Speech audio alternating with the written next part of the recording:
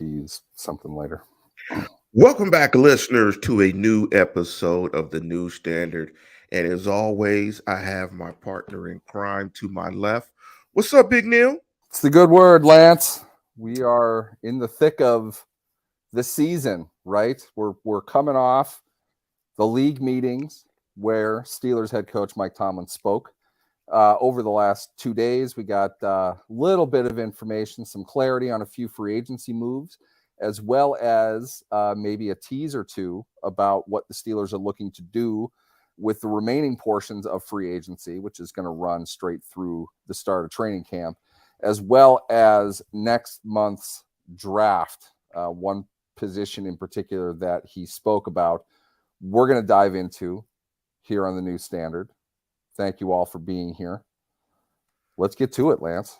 Yeah, and as always, if you want to join us, we're going a little early today at 6:50 an odd time, but typically we air at 7:15 a.m. every Wednesday. You can catch us on YouTube. Go do a search for Lance Williams or Neil Coulong and the New Standard, and also do a search for the New Standard where you find your podcast. I wasn't privy to the comments from Coach Tomlin. I understand Coach Tomlin is making those comments, I guess, live right now. And big up to Wes and everybody that's joining us on the program. And that kind of sparked a little conversation between you and Wes. And Wes asked the following question. I wanted you to jump into it on the show and share your thoughts with everyone else. And Wes asked the following question. When you guys get rolling, maybe you can help me understand comments made by about our free agency by Mike Tomlin, I believe, where he said they were hoping to add Holcomb or Roberts. And we were talking a little bit off air about that move, and just illustrate what you were saying in the comments. Generally speaking, I did not hear his particular quote in regards to that, but if most of the time when you want to see a team's priority or what a team is trying to do, it's just the cliche, follow the money. Very simply, they paid Cole Holcomb $18 million over 3 seasons. They paid him a starter's contract. They gave Elandon Roberts a backup veteran contract. I don't remember, and I'm going to guess just based on the comment, apparently what's being suggested here is that Roberts was signed before Holcomb was. It's a fluid thing. I don't know if we can accurately say just because it may have been reported first that that's what their intention was. It might have been just, look, we're going to go after, think of it like this. Sorry, I'm all over the board here. Think of it like this. They don't necessarily look at players first and then assign them value in terms of dollars in the free agency market. Most often what teams do is they look to budget how much they want to spend and how many players they want to bring in at each position. They do the same thing with the draft. It's not the linear model that everybody wants you to think that it is. Like they have a board that ranks everybody in one vertical column, 1 through 355. You can't make decisions that way. Lance, you and I have had this conversation a bunch on this show. You with a computer programming background know that that's not how decisions are made. You have to group it into smaller and smaller terms to get what you ultimately want. Within free agency, it's not a whole lot different than that. They're putting a dollar amount of what they want to spend. And in this case, we have the solution that they're trying to get to. Miles Jack's contract was worth $8 million. What they're probably looking at is, can we improve on Miles Jack for at or around lower than hopefully $8 million? In this case, they found options within the market that enabled them to do that. The addition of 2 of them, which they did with Holcomb and Roberts, gives them a little bit more veteran flexibility at, plus or minus a few bucks, the same cost as Jack. If anything, in fact, it's probably lower this year than it would have been with Jack. So they got 2 players for the price of, and granted, it's a fairly high price for Jack that he couldn't have been reasonably expected to get, but they weren't going to release Jack until they had all this lined up. So really what they're doing is they brought in the starter in Holcomb. They're paying him like a starter would get. and they brought in Roberts probably more as depth. And the point that I made in the comments here, and everybody should weigh in on this if you're able to do so. Roberts could probably, and I'm not guaranteeing this, but probably be seen at this point in his career as a backup and a special teams player. The Steelers loaded up on special teams talent last year. They had a lot of guys who were being paid roughly market for special teams contributions. They kept Derek Watt, which I didn't expect them to do. Miles Boykin was brought in at a really high price for a wide receiver who's only going to play special teams. They have not brought either of those players back at this point. At the time of recording, neither of them have been signed. We also know that former Steelers special teams guy turned Bills special teams ace, Tyler Matakevich, signed another extension with the Bills for approximately, I think it was $3.5 million a year, maybe $4 million. That's the going rate for a high-end special teams player, which is what the Bills value Matakevich at. So you can reasonably suspect that's the market that Watt and Boykin would be looking for. It's pretty high. Do they want to pay that? I don't know.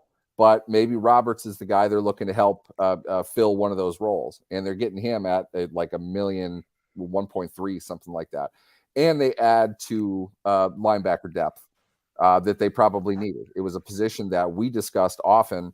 It's something they may want to look into the draft. I think with the signing of these two players suggests they're probably not going to continue to allow Mark Robinson to develop. And I'm scrambling mad here to find the name of it. They signed, somebody help me out. They signed a reasonably young free agent linebacker during last season. He is still on the roster. If somebody could tell me who that is, I would appreciate it. Maybe that's who they want to roll with. But I think play-wise, you're probably going to get an upgrade with Holcomb over Jack.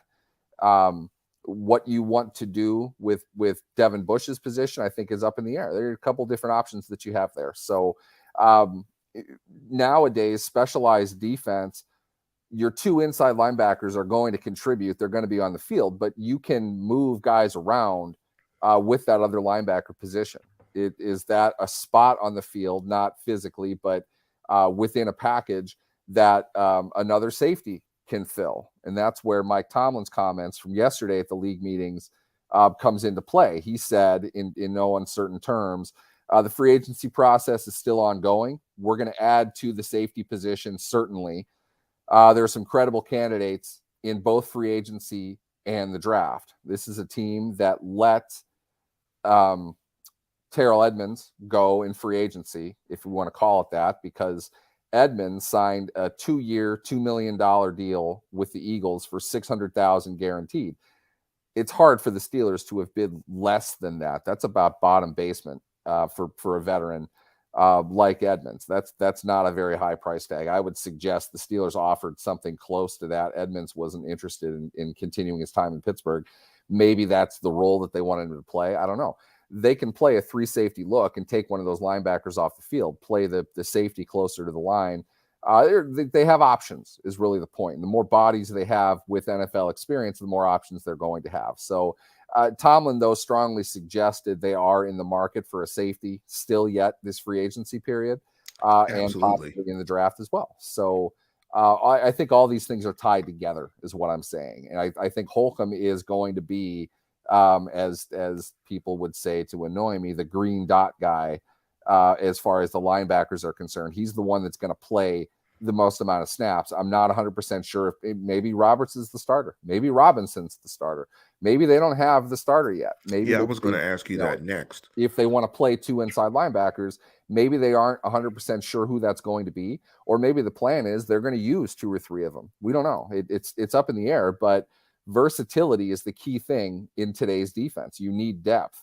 I would not be surprised to see them sign a veteran safety in, I hate to say this, conjure up a lot of bad memories, but that Mark Barron sort of role, the safety playing at the line to provide run support in a coverage role as well. I would think that's a piece that they might want to add. Maybe that is in the draft. Maybe it is a veteran. I don't know. We'll see. I think that they have a lot of options. They don't need to have these things sorted out in March. They're not going to lock anything down until training camp anyway. So a lot of time left. A lot of things can happen. Big up to Double H. Thank you for the contribution in the super chat. Again, if you want to participate via super chat, please do that. Not begging for it, not asking you for it, but we do appreciate it when we get it. So thank you for the super chat. Also, please like and subscribe to the program. Now, you dove into a lot there, Neil, and it kind of all kind of blends together in the sense that one of the big things that occurred, obviously, was Terrell Edmunds signing with the Philadelphia Eagles. That was one of the big things that occurred. And the way that works into the defense and these two free agents in Holcomb and Roberts and sub-package football, it's going to be very interesting. And not to shift too far away from Holcomb and Roberts in the discussion, the main topic of the show, are the Steelers, or is the loss of Ryan Shazier still being impactful for the Steelers? And it's interesting that you brought up the name Mark Barron, because I almost slipped and forgot about that name totally. I don't know how you could forget about that guy. And Mark Barron, the least successful Steelers player ever. And nothing worked when he was involved. And he figures into this prominently when you talk about the backers and you talk about Edmunds and you talk about these signings and this. And I think the Steelers are still in a place where they're trying to replace the loss of Ryan Shazier. We've seen that with the drafting of Devin Bush, and I'm going to name some names. But before that, I want to give you guys a little details on Cole Holcomb's deal. Cole Holcomb, in terms of a cap charge, counts for this year $2.7 million on the cap, has a base salary of about $1 million. This proration is 1.6. So if you add those two together, you get his cap charge, and he is on a 3-year deal. You look at Elandon Roberts' deal, his cap charge this year is $2.3 million, which is approximately, it's about 1% of the cap. And he signed a 2-year deal. He signed through 2024.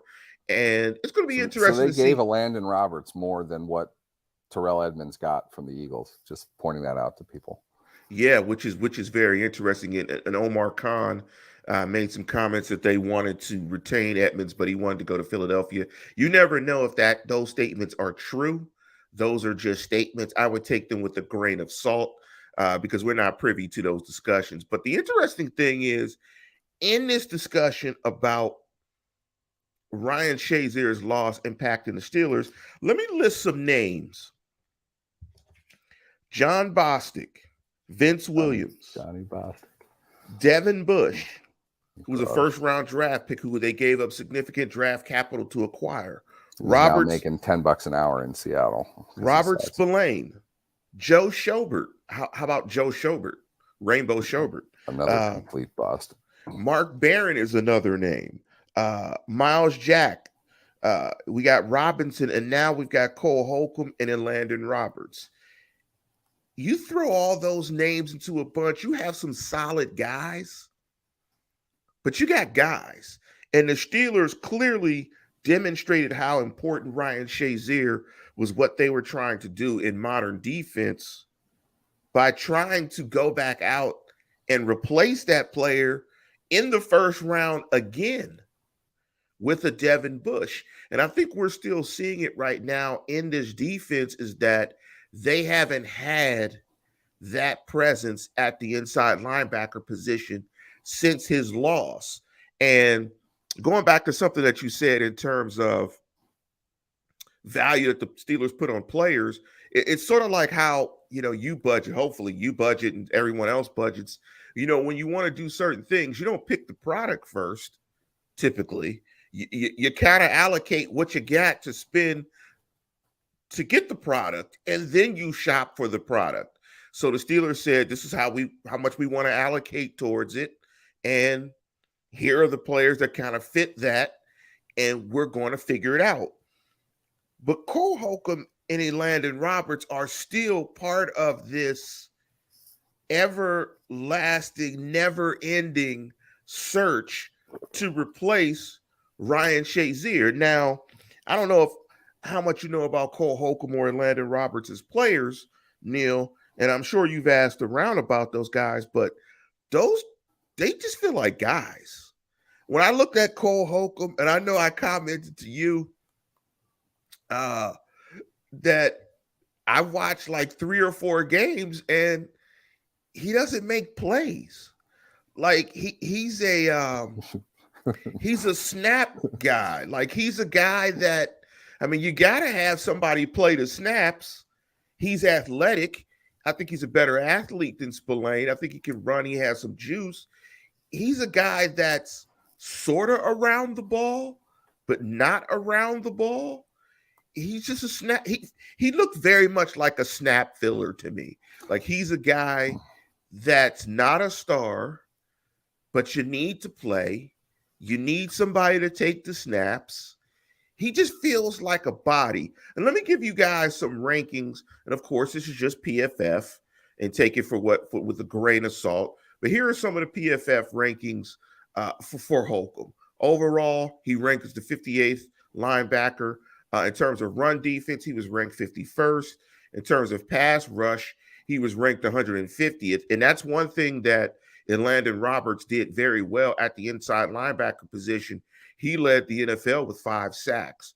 So that's something to think about in terms of how he might be utilized, his ability to get pressure on the quarterback. In terms of coverage, Holcomb was 45th. Passer rating allowed 140.2, 177.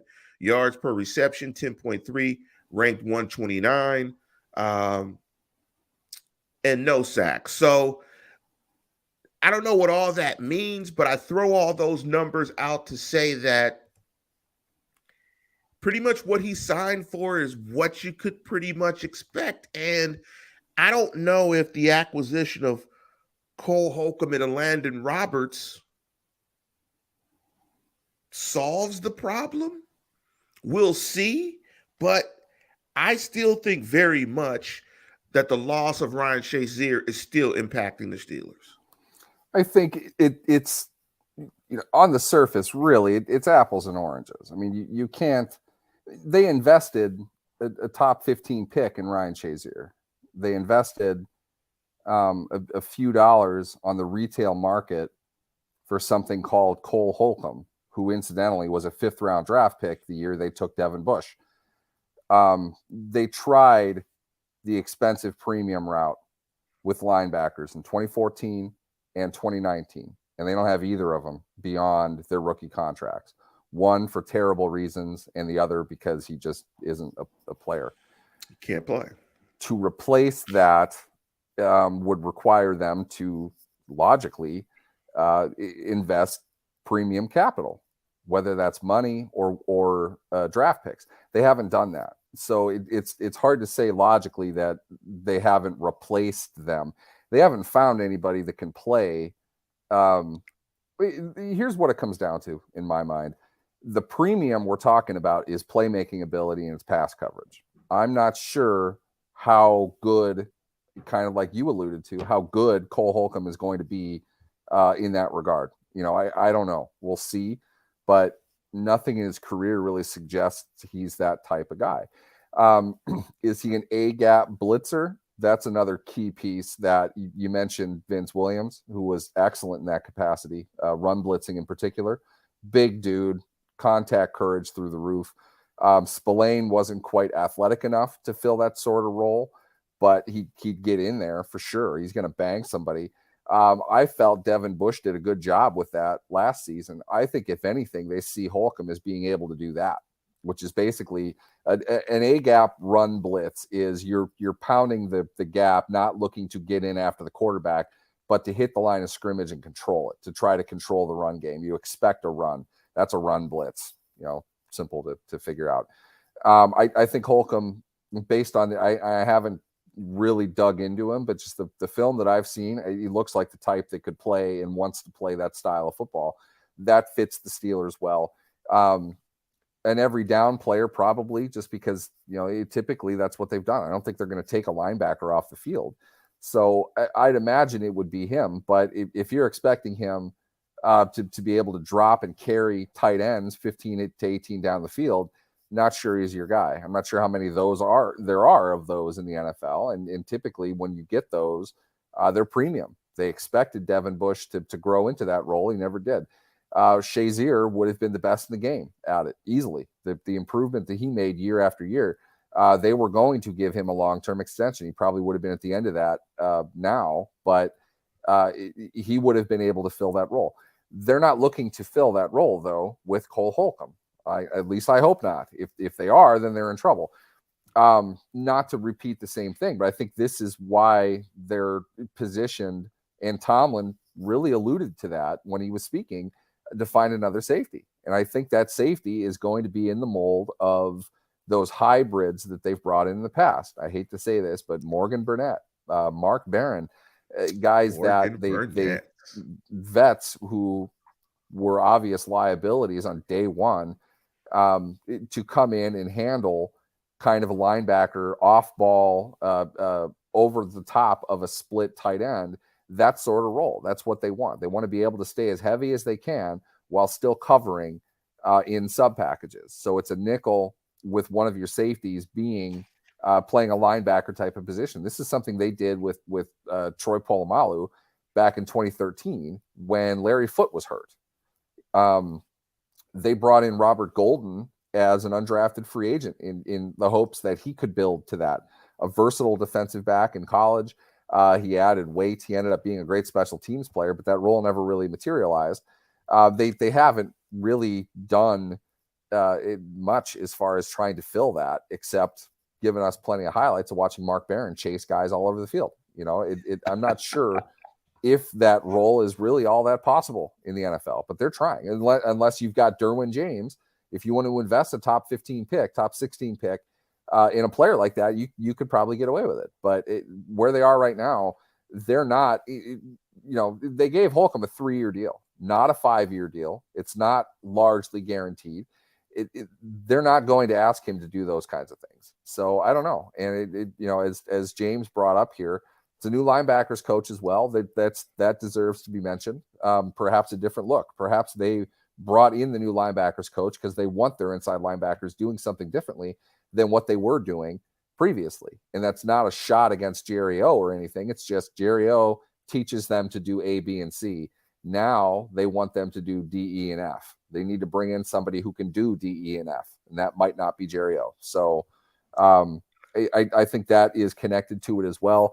We'll see.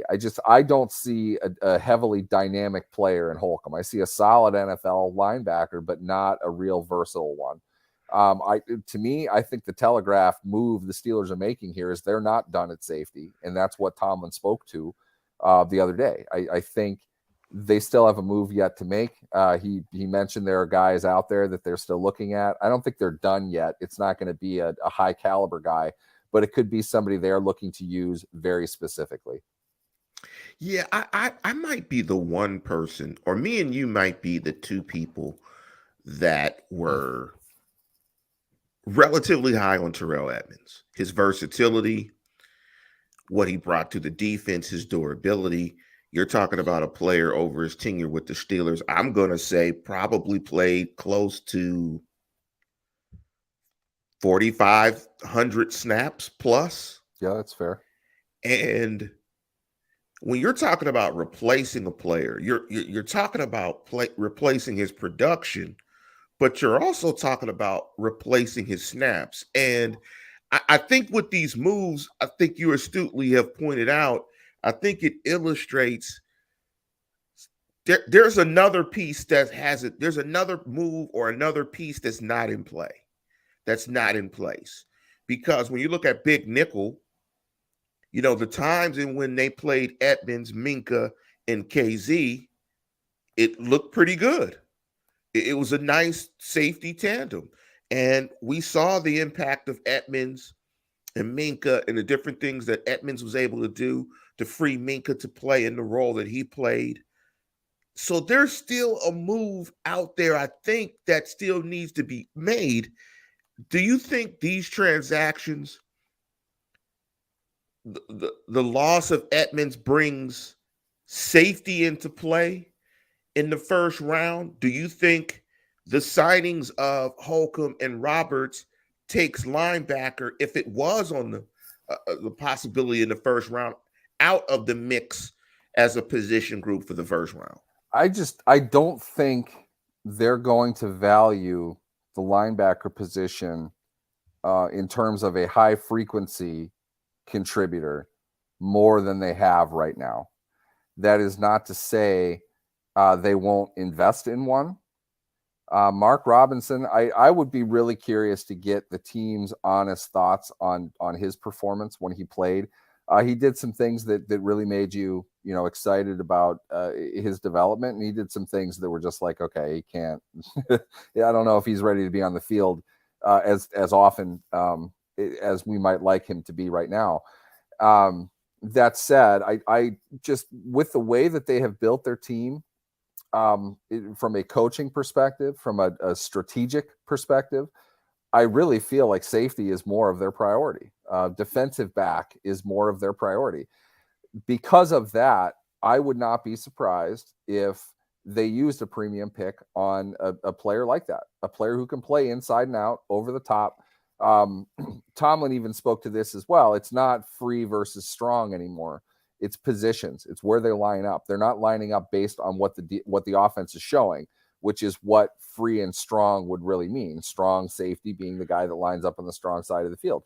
Teams, the technical strong side is on the bunch side of a formation, and that might not be the strength of what they're doing. Your strong safety, unless he's in coverage on the bunch side, it doesn't really matter that it's strong. They're not in a run formation. So that, I think that nomenclature is pretty much gone. They have two safety positions. You may as well call it left and right. On the Steelers, schematically, what they're doing is putting Minkah in the middle of the field. So it's almost as if they've got 4 defensive backs and one that's over the top. So how you line those 4 up is relative to what the offense is doing. And because of that, that's value. That's really 2 cornerbacks to something else. Do you call them cornerbacks? Do you call them slot defenders? I don't know what the name is, but there are 4 other defensive backs who are going to play a lot of snaps alongside, or I should say in front of, Minkah Fitzpatrick, who's going to play every snap that he's available to play. So do they have enough depth at that right now? Do they have enough versatility to do the things that they want to do with that kind of package in mind? I don't necessarily think that they are. I think, we can argue all day about cornerback. You signed KZ, Trey Norwood is still there. Miles Killebrew is the vet reserve, kind of more special teams guy. 4 safeties with Minkah. I think there's another one there. I think they want another one. And to be honest, maybe not. I could make the argument that type of position, especially if it's a cornerback who can play inside, he can defend a slot guy, I'd argue that is overall going to be more valuable to the team than just your quintessential outside cornerback, especially considering the outside cornerback position, that prime shutdown cornerback, or whatever bullshit term people use for that. It's extremely hard to find, and it does not last long. It's extremely difficult to stay at that level for a long time. In fact, many of them don't develop into that until a couple of years. People want to put the standard at Jalen Ramsey. It's like Jalen Ramsey is 6'1". He's an elite athlete with the mirror skills of a high-level guy and the mobility skills of a guy that's considerably smaller than he is. He's not normal. That's why he gets drafted in the top 5. And he's freakishly long. And now you have to pay premium to get him on your team in terms of acquiring him with capital and then paying him. The Dolphins are going to pay him $20 million to play 3 different positions. He is highly valuable. You're not finding that at 17 overall. If you are, it's something you're going to develop over time. Not to say there aren't good ones. I'm just saying the odds are not great. Safety, though, is not a position that is highly desired at that point in the draft. Safeties are not going in the top 5. Minkah Fitzpatrick is arguably the best safety who's been drafted in the last 5-6 years. You could make the argument. Not saying he is. You could make the argument. Where did he go? 12 overall, and he got traded after a year. So it's an evolving position. In my mind, this is the way every team. I'm totally segueing off everything here, Lance. I apologize. Oh, no worries. If you look at every team that has been highly competitive 2+ Super Bowl appearances, at least, if not wins, that base a lot of what they do on their defense. If you look at those teams, the one commonality they all have is the capitalization of market inefficiency. The best way I can describe this is the Cowher days of the Steelers' history. They were one of like 3 teams that ran a 3-4. The pure 3-4, which we don't see anymore, doesn't exist. Everybody is hybrid. A large part of that is evolution. Few teams were doing what the Steelers were doing. So what they were able to do was capitalize on highly athletic, undersized college defensive ends. When you do that, you get to draft Joey Porter in the 3rd round. When you have a lot of success doing that and you can constantly churn these guys out, high-level, dominant defensive players that are waiting for their opportunity to play while the other guys go sign for huge money elsewhere, you can continue to do that. But guess what happens? Every other team sees what you're doing, and they see how efficient that model is. So they mimic you. They start doing it. You saw Baltimore start to do it. They were a 4-3 team for a while. Then they got Haloti Ngata and really became more of a 3-4 team. Terrell Suggs adds to that. They're a dominant unit doing a lot of what the Steelers do. Belichick was doing this as well. In fact, Parcells and Belichick really kind of invented this when they were with the Giants, and they had Lawrence Taylor, not a defensive end, but he was used in that way, which nobody else really had done to that point in the NFL. Another dominant defensive team that won Super Bowls because of market inefficiency. Nobody else is competing with them for these kinds of players. Over time, though, everyone catches up. Everyone's starting to do that. Now, you're not, it's not even role specific. You can call it, they more or less play a 4-4 nickel in some variation of that. 12 players, 19 different schemes rotating in and out. That position, the quick twitch, high athleticism, edge rusher, whether he's standing up or he's down in a stance, the value of that position player is huge to every team. So what happened? Steelers can no longer get Joey Porter in the 3rd round. They got to take Jarvis Jones 17 overall because 5 other edge players had gone before him. There was nobody left. We'll save the Jarvis Jones rant, which is a tradition of mine every year, of how massively the Steelers screwed up evaluating that guy. Nothing should have been surprising what we saw. Nothing at all was surprising about his career. And they should have known that. They corrected things and started drafting not Jarvis Jones in the 1st round every year. It's intentional. Point is, market inefficiency led to the Seahawks dynasty. Nobody wants these freakishly long, huge defensive backs because they don't necessarily have the traditional traits that you look for in a defensive back. But what do?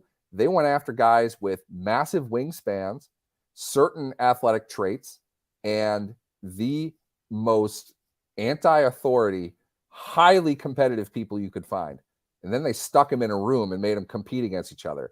And they went absolutely ballistic and destroyed the NFL for 4 years. That's the Legion of Doom.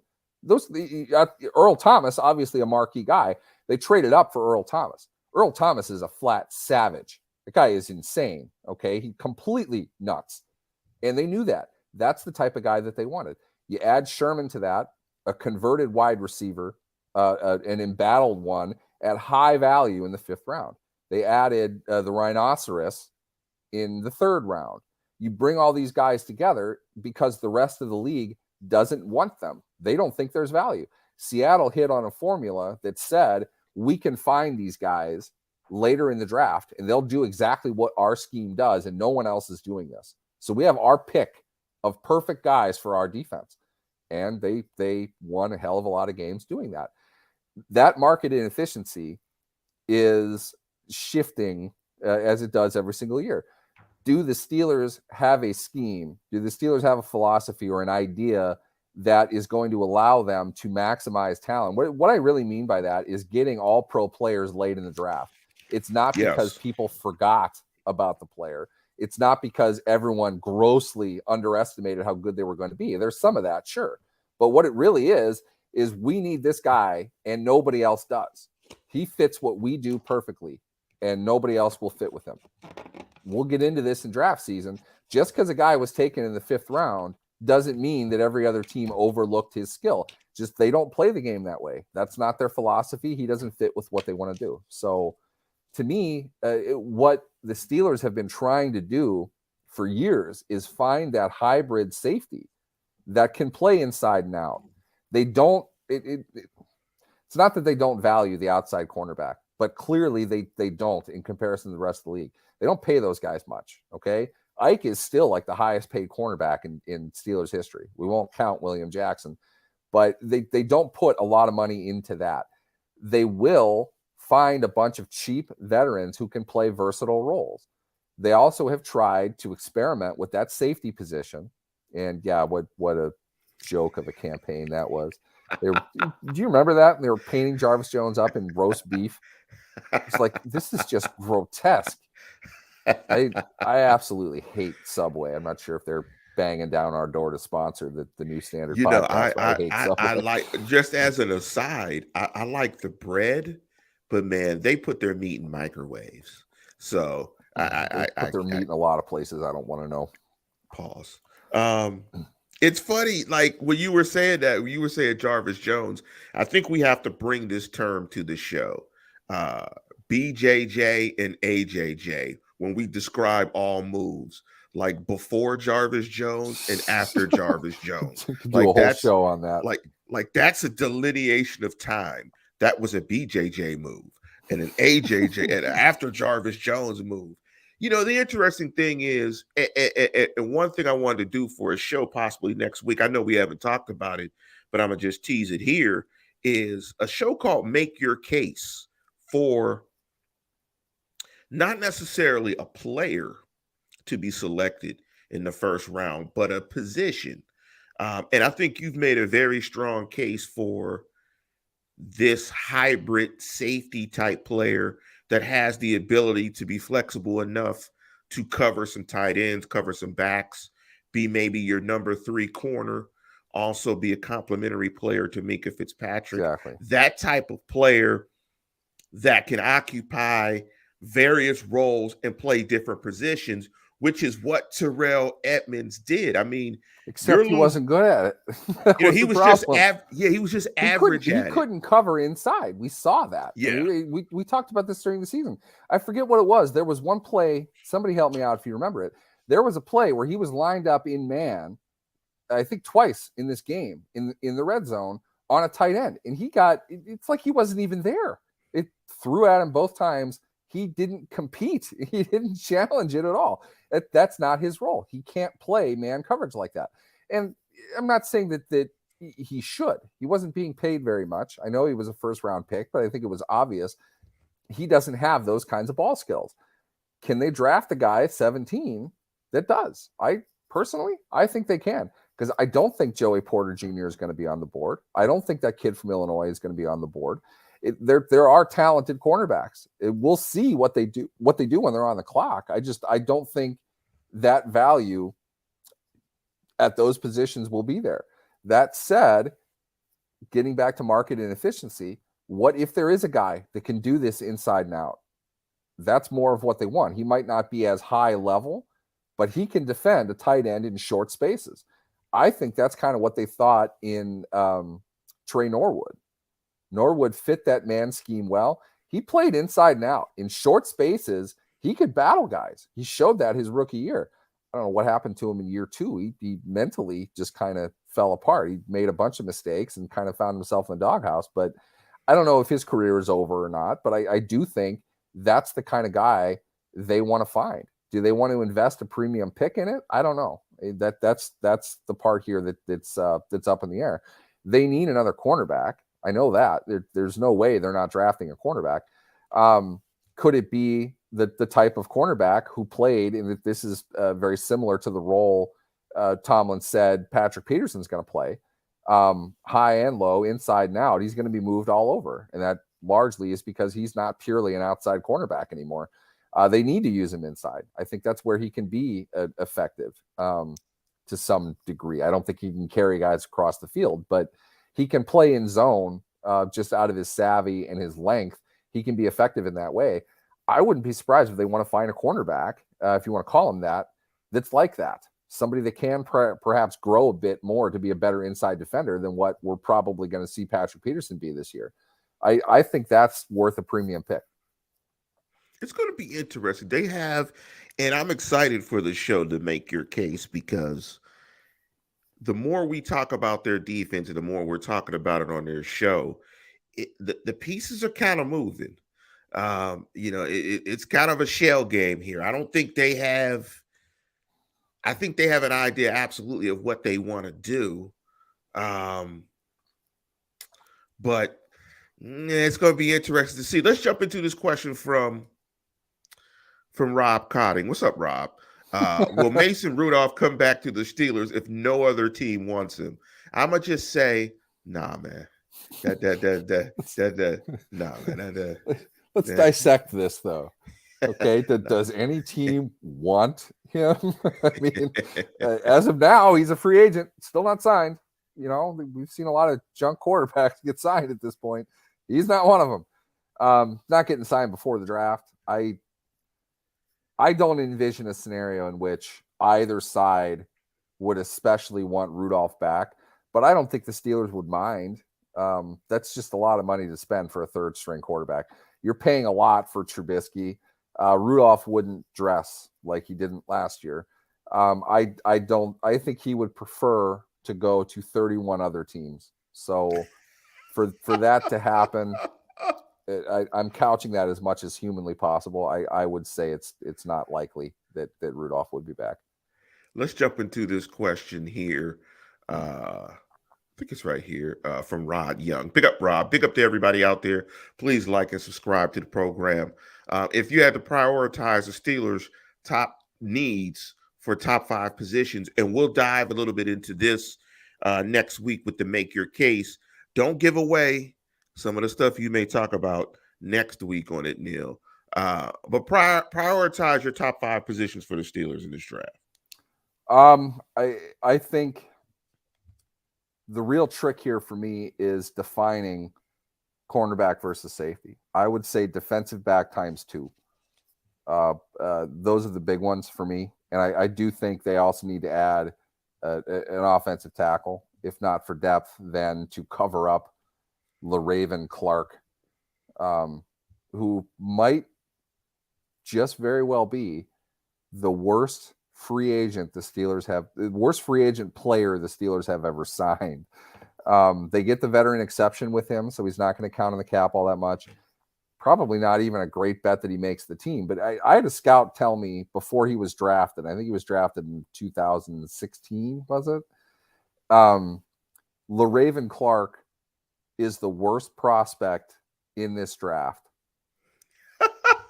But he is going to be a mid-round pick because there just aren't very many guys at his size that know how to play the position even a little bit. I always remember it just because of how remarkably accurate he was. He got 3rd round picked by the Colts, a team that I believe didn't have a 4th round pick and probably needed a tackle because there aren't very many of them. You have to find these guys and you have to take them when you have the opportunity to do so and hope that they work out. Try to work them in. LaRaven Clark was a bad tackle in college. He was bad, like objectively bad. And he hasn't gotten any better as a pro either, in my opinion. He went 3rd round. He was a 3rd round pick. Yeah. He was the 82nd selection. Because he's huge. What's his height and weight? He's 6'5", 311. Yeah, he's a big dude. Ran a 5.16 at the combine. Graded out 57.2 overall. Pass blocking 60.1. Run blocking 52.1. He played 114 snaps last year. Yeah, he's definitely 65 pass rush snaps. He gave up 6 pressures. Yes, that's really bad. And gave up a hit and a sack. So that kind of tells you. And it's, I mean, by the way, Dan Moore is still the Steelers' starting left tackle, as far as we know. So I mean, and by the way, I know this doesn't make any difference, but it's hilarious that a Steeler is named LaRaven. I mean, the Raven. I mean, it would just be incredible if he became very good and people Acrisure, Acra Hines were wearing LaRaven jerseys, the irony would be. Yeah, I remember those jokes being made before he got drafted. And I was just like, I don't care what his name is. I don't want them to draft this guy. I don't know what they're getting out of it, but I think they can do better. And in this case, they literally could do better with anybody else in this draft. La Raven, La Steeler. The honest to God hope, you have to fill a roster. You mentioned that before with the linebackers. You need 11 guys out there. So with Clark, you need 53 on your roster, and you need to have backup offensive linemen who have played the game before dressed, because you don't know what's going to happen. But it's not a good situation if he's getting in the game, if he even makes the team. There's no guarantee he's going to make the team. I think they'll draft one, and I think they'll cut him. They're signing him now to make sure they have he's a the body guy in case they can't. Yeah, exactly. He's insurance against the draft. They're going to draft somebody at whatever point. They might not be set on that yet, but so call it 3 then. Defensive back times 2, offensive tackle. This is an underrated one, and people freak out whenever this gets mentioned, but they need a wide receiver. Okay, it's Deontay Johnson is really in the last functional year of his weird ass extension.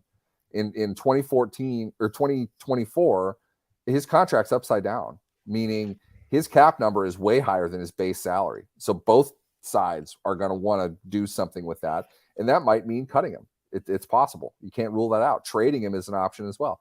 We'll see what happens. But as I've spoken of many times, people don't seem to understand how incredibly weird his season was last year. Nobody in NFL history has ever gotten 100 targets and not caught a touchdown pass. He had 149 targets. Yeah, that was... Nobody had ever caught 85 passes and not scored a touchdown. How many catches did he have last year? It's insane. It was completely bizarre. And keep in mind, too, in week 17, he got tackled at like the half-yard line somehow.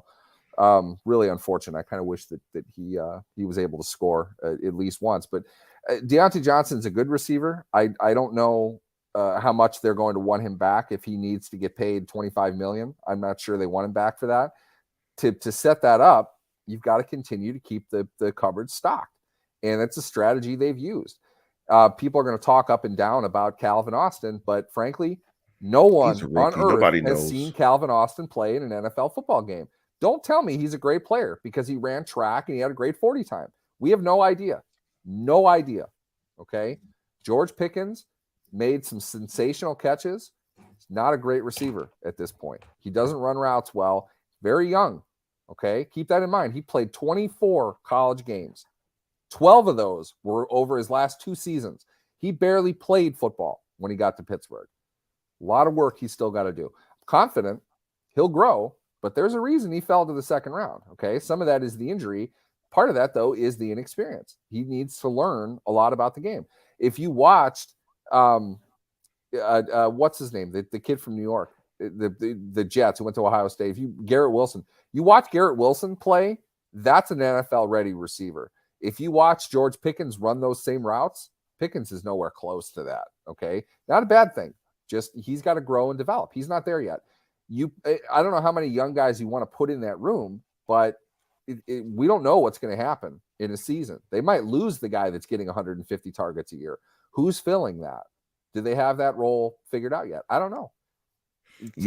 I think you need insurance there. You want Gunnar Olszewski catching passes again? He's still on the roster, by the way. Shooter. That's not a good thing. He couldn't even return kicks. That's what they signed him to do. Shooter. Does he have a mullet as well? They have probably. They have 2 guys. They have 2 guys with mullets. And to your point, I mean, I always get ripped on Twitter because Twitter is a mean space, and it's hilarious that Edmunds blocked you. But hey, when you get blocked, that means you're probably saying truthful things. That point, sure. and I was wrong. Terrell Edmunds has taken less salary in 2 straight years, and there's no way in the world he's on that team next year. They're going to cut him for sure. Oh yeah, Philadelphia signed him for insurance. They're drafting a safety. Okay, that's Terrell Edmunds. That's the Terrell Edmunds everyone wanted the Steelers to sign. He signed for a tick above veteran minimum on the defending NFC champions who are going to draft a premium safety. So yeah, because they lost their guy. That's what the market Terrell Edmunds. That's what the market guy? told Terrell Edmunds. What was the guy's name that they lost to Detroit? CJ Johnson, the safety, the CJ guy. Yeah, the 3-name guy. Yeah, the 3-name. I'm terrible. Gardner Johnson. Thank you. Yeah, Gardner Johnson. Yes, and so I'm gonna round out and give you after wide receiver. I'm going to say a defensive lineman as well. I think, and I'm saying that because in the past show we talked about last year is that these plans are like 5-year plans. Hayward is his career is closing. At some point in time, you can't expect him to keep playing at that level of production at this advanced age. So at some point in time, I think you're going to see them go after their replacement. So we've got DB times 2, offensive tackle, wide receiver, and defensive tackle. And we'll make our cases for those next week on the show. So I'm glad that worked out that way, that we were able to get the 5 positions. But with that, I think we're going to go ahead and call it a show. And thank you, everybody, for hopping onto the program and joining us. And we're going to have more shorts next week. I'm trying to get Bainesy and Coulong to do shorts so he could talk about market inefficiencies in about 15 seconds on YouTube. Did I not adequately demonstrate during this show? There's no way in hell I can talk about something for 15 seconds. You know what would end up happening? I would do like 8 of them. Bang them out in a row. That's because I recorded it and then cut them for 15 seconds each one. Part 1, 2. So what's the point? They're going to run pre-roll after each one. No one's watching that. Bainesy and Coulong. Shorts are a world of their own. I think it's great. It's just, why is it not a minute? 15 seconds. I don't know why. I mean, nobody's doing 15 seconds that are any good. This is a great way to end the show. Neil doesn't do quickies. Oh, hell no. Hell no. He's as far as you know, 60-minute man.